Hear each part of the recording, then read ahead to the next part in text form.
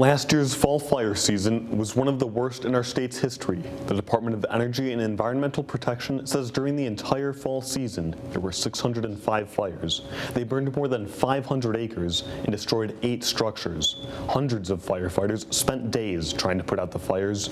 8 firefighters were hurt, and 1, Robert Sharkovich Sr. with the Weathersfield Volunteer Fire Department, died. The wildfires that occurred in Connecticut were unprecedented. Just between October 20th and November 20th, over 220 wildfire starts in Connecticut. Fire after fire, repeated every day for a month, sparked by unusually dry conditions.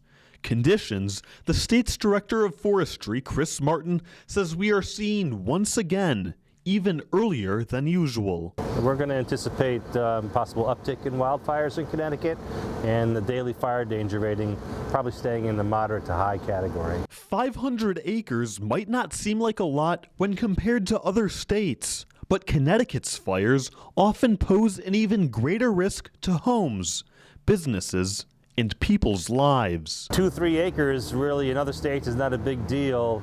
That could be very concerning for Connecticut given our housing density.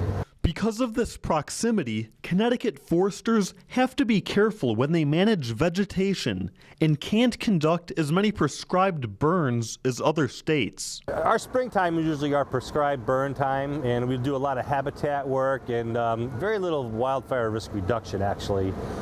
Connecticut doesn't burn a lot, but we do have problems because we have a very high wildland-urban interface. It's a lot of people living amongst the forest. Fall has the most severe conditions for wildfires due to the dry ground and piles of leaves from birch, maple, oak, and beech trees, which all add fuel to these fires. In the fall, if we have fire, it usually goes into the ground, which is very difficult to put out.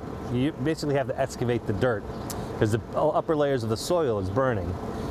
This gets complicated when we start having leaf fall. Martin says the danger also hides inside the trees themselves. Our tree mortality issue, and basically caused by spongy moth and some beech leaf disease we're seeing now, and the demise of the ash from emerald ash borer, have certainly added fuel load to the forest floor. Scores of oak trees are also standing dead, which is more dangerous for firefighters and helps certain fires spread faster through treetops. As firefighters and foresters do their share of the work, they say everyone has a responsibility to protect each other. We all have a role in preventing wildfires. 90% plus of all wildfires in Connecticut are human caused, and so they're preventable.